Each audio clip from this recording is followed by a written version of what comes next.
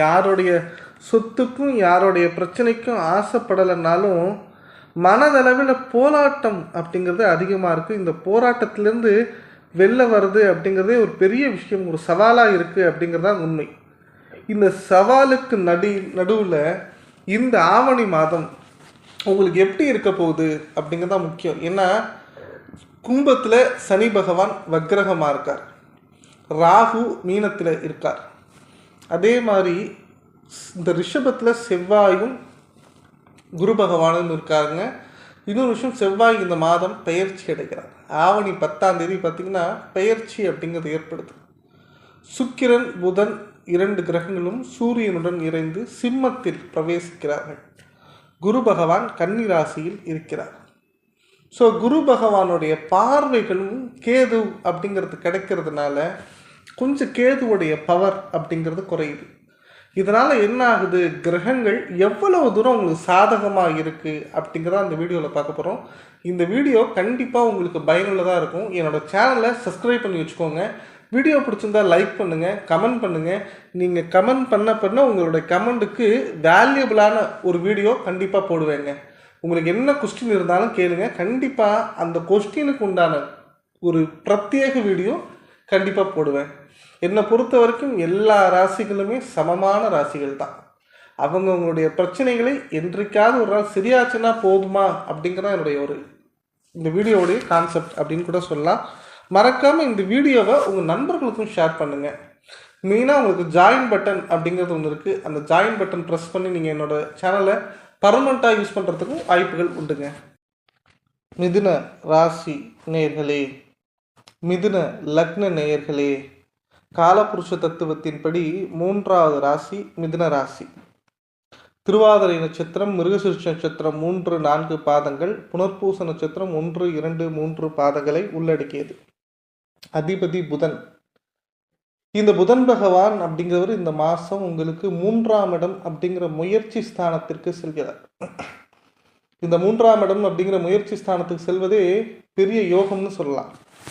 காரணம் என்னன்னா, உங்களுடைய லக்னாதிபதி, ராசி அதிபதி, 4ஆம் வீட்டு அதிபதி இந்த 3ஆம் வீட்டில் போய் உட்கார்றது அப்படிங்கிறது உங்களுக்கு ஒரு சுப நிகழ்ச்சிகள், சுப வெற்றிகளை ஏற்படுத்தி தரும்.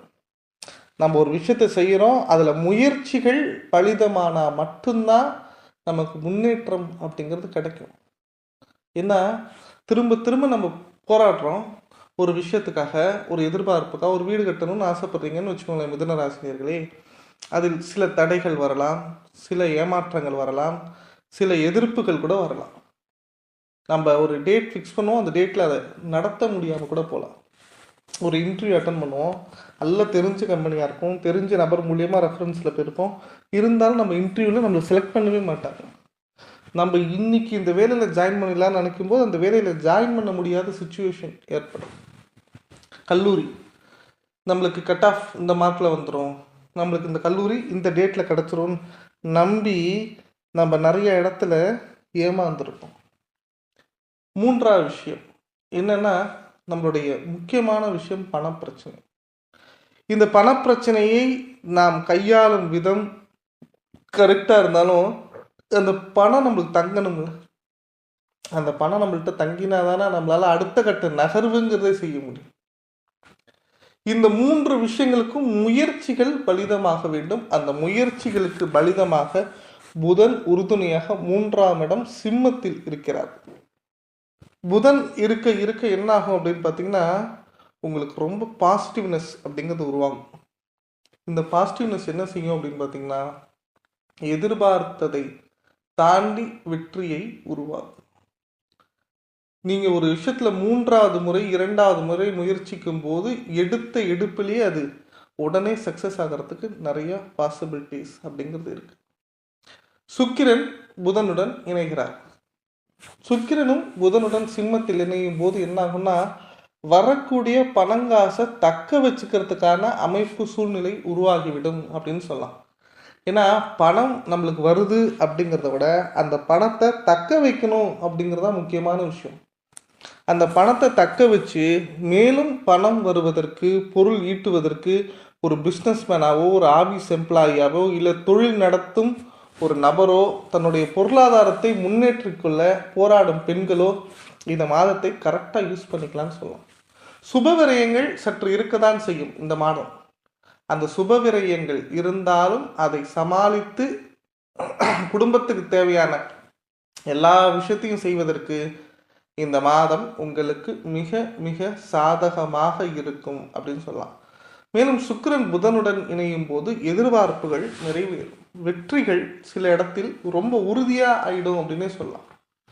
வீட்டில் சுப நிகழ்ச்சிகள் இந்த மாதத்தின் பிற்பாதையில் நடத்தலாம். அதாவது செப்டம்பர் ஒரு தேதிக்கு மேலே வளர்பிறையில் ஒரு திருமணமோ இல்லை ஒரு வளைகாப்பு ஃபங்க்ஷனோ, அப்படி இல்லைன்னா வீடு கட்டுற கிரகப்பிரவேசமோ, இல்லை பந்தக்கால் நடுறதோ, நில வைக்கிறதோ, பூமி பூஜை பண்ணுறதோ, ஒரு இடம் ரிஜிஸ்ட்ரேஷன் பண்ணுறதோ, ஷேர் மார்க்கெட்டில் இன்வெஸ்ட்மெண்ட் பண்ணுறது, என்ன மாதிரியான விஷயங்களாக இருந்தாலும் சரி, ஒரு புதுசாக ஒரு கடை ஷாப் ஓப்பன் பண்ணுறீங்க, உங்கள் வாழ்க்கையில் முதலையாக ஒரு சின்ன அடி, ஃபஸ்ட்டு அடி பாசிட்டிவாக மேலே எடுத்து வைக்கிறீங்க அப்படிங்கிற மாதிரி எந்த ஒரு விஷயத்தையும் செய்ய முடியும் அப்படின்னு சொல்லலாம்.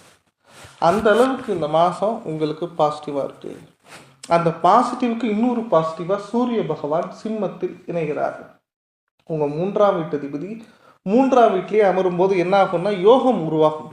இது என்ன மாதிரி யோகம்னா, உங்களுக்கும் ஒரு மேலதிகாரிக்கும் தேவையில்லாத சில பிரச்சனைகள், நீங்கள் மேலதிகாரிட்டேருந்து ரொம்ப அவாய்ட் பண்ணி ரொம்ப நவுந்து நிற்கிறீங்க, அவரை பார்க்கறதுக்கு பேசுறதுக்கு யோசிக்கிறீங்க, மேலிடத்திலிருந்து ஒரு தவறான முடிவோ தவறான பிரச்சனையோ வந்துருமோன்னு நினைக்கிறீங்கள, அந்த மாதிரி அனைத்து சூழ்நிலைகளும் மாறக்கூடிய ஒரு நேரம், எதிரிகளுடைய பலம் குறையக்கூடிய நேரம், நீங்கள் நினச்ச விஷயங்களை நினச்ச உடனே செய்யக்கூடிய அற்புதமான காலகட்டம் அப்படின்னு சொல்லலாம்.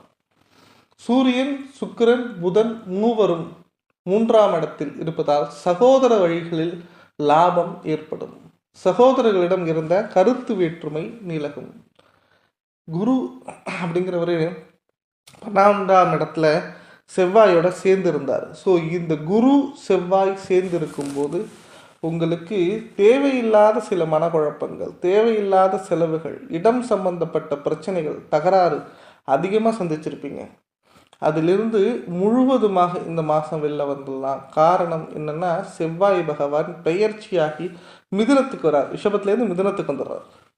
இந்த செவ்வாய் வர்றதுனால ஒரு பெண்களால் உங்களுக்கு ஒரு பிரச்சனை, இல்லை பெண்களுக்கு உடல் ரீதியான பிரச்சனை, ஒரு ஆப்ரேஷன் மேஜராக பண்ண வேண்டிய சுச்சுவேஷன் ஏற்பட்டுருச்சு, இடம் சம்பந்தப்பட்ட விஷயம் வில்லங்கத்தில் மாட்டிக்கிச்சு, இந்த இடத்த விற்க முடியாமல் நிறைய இடத்துல போராடுறோம் அப்படிங்கிற மாதிரி சில கற்பனைகள் கலந்த சில பிரச்சனைகளை இதுலேருந்து வெளில வந்துடலாம். ஒரு ரிஜிஸ்ட்ரேஷன் ப்ராசஸ் உங்களுக்கு ரொம்ப நாளாக தள்ளி போகுது, வர வேண்டிய பணம் வர மாட்டேங்குது, கொடுக்க வேண்டியவங்ககிட்ட அசிங்கங்கள் அவமானங்கள் அதிகமாக இருக்கிறது அப்படிங்கிற இடத்துல எல்லாம் ஒரு தெளிவு நிம்மதி வந்துரும்னு சொல்லலாம். மிதுனத்துக்கு சனி பகவான் வக்ரகமாக இருக்கார்.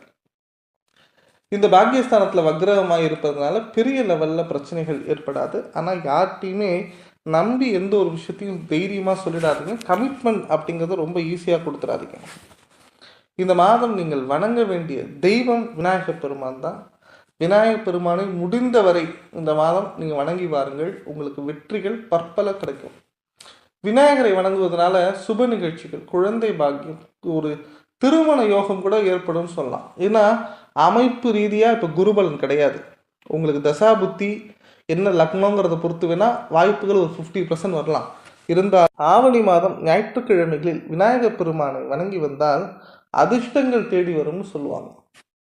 அந்த அதிர்ஷ்டங்களை தேடி வரும் காலம் தக்க வைத்து கொள்ளும் காலமாக இருக்க வேண்டும். அதற்கு இந்த 3 கிரகங்கள் உங்களுக்கு சாதகமாக இருக்கு. இந்த மாதம் நீங்கள் வணங்க வேண்டிய விநாயகர் பெருமான், ஸ்பெசிஃபிக்காக ஏதாவது விநாயகர் பெருமான் வணங்கணும் அப்படின்னு பார்த்தீங்கன்னா கற்பக விநாயகரை வணங்கி வாருங்கள். அதே மாதிரி எந்த ஒரு முருகன் கோவிலில் இருக்கக்கூடிய முருகன் சன்னதிகளில் இருக்கக்கூடிய விநாயகரை வணங்கி வந்தால் இன்னமும் பாக்கியம் அப்படின்னு சொல்லலாம். விநாயகர் பெருமான் உங்களுடைய வாழ்க்கையில் ஒரு பெரிய சேஞ்ச், ஒரு பெரிய டிராஃபிக்லேருந்து வெளில கொண்டு வரா மாதிரி ஒரு பாசிட்டிவான விஷயத்தை இந்த மாதம் ஏற்படுத்தி தருவார் அப்படின்னு சொல்லலாம். இந்த மாதம் நீங்கள் சந்திராஷ்டம் நாட்களில் மட்டும் சற்று கவனமாக இருக்க வேண்டும். சென்ற மாதங்களில் குடும்பத்தில் சிறு சிறு பிரச்சனைகள் கலகங்கள் வந்திருந்தால் அது இந்த மாதத்தில் விலக்கி வைங்க, விட்டு கொடுத்து போங்க. இல்லை ஒரு 5-6 நாள், மாதத்தின் தொடக்கத்தில் உள்ள ஒரு 5-6 நாள் நீங்கள் பிரிஞ்சிருக்கீங்களா, சந்தோஷமாக பிரிஞ்சிருங்க, தப்பே கிடையாது. விட்டு கொடுத்து போங்க. முக்கியமாக உங்களுக்கு வேறு ஒரு நபரால் தேவையில்லாத பிரச்சனை, தேவையில்லாத ஒரு மிரட்டல், தேவையில்லாத ஒரு பயமுறுத்தல் இருந்தால் அது இந்த மாதத்தின் முதல் 10 தேதிக்கு பிறகு டோட்டலாக இருக்காது. இந்த மாதத்தின் முதல் 10 தேதி, தமிழ் 10 தேதிக்கு அப்புறம் நீங்கள் தைரியமாக நிம்மதியாக தூங்கலாம், சாப்பிட்லாம். எந்த ஒரு கவலையும் மனசில் போட்டு ஒழட்டிக்க வேணாம் அப்படிங்கிறது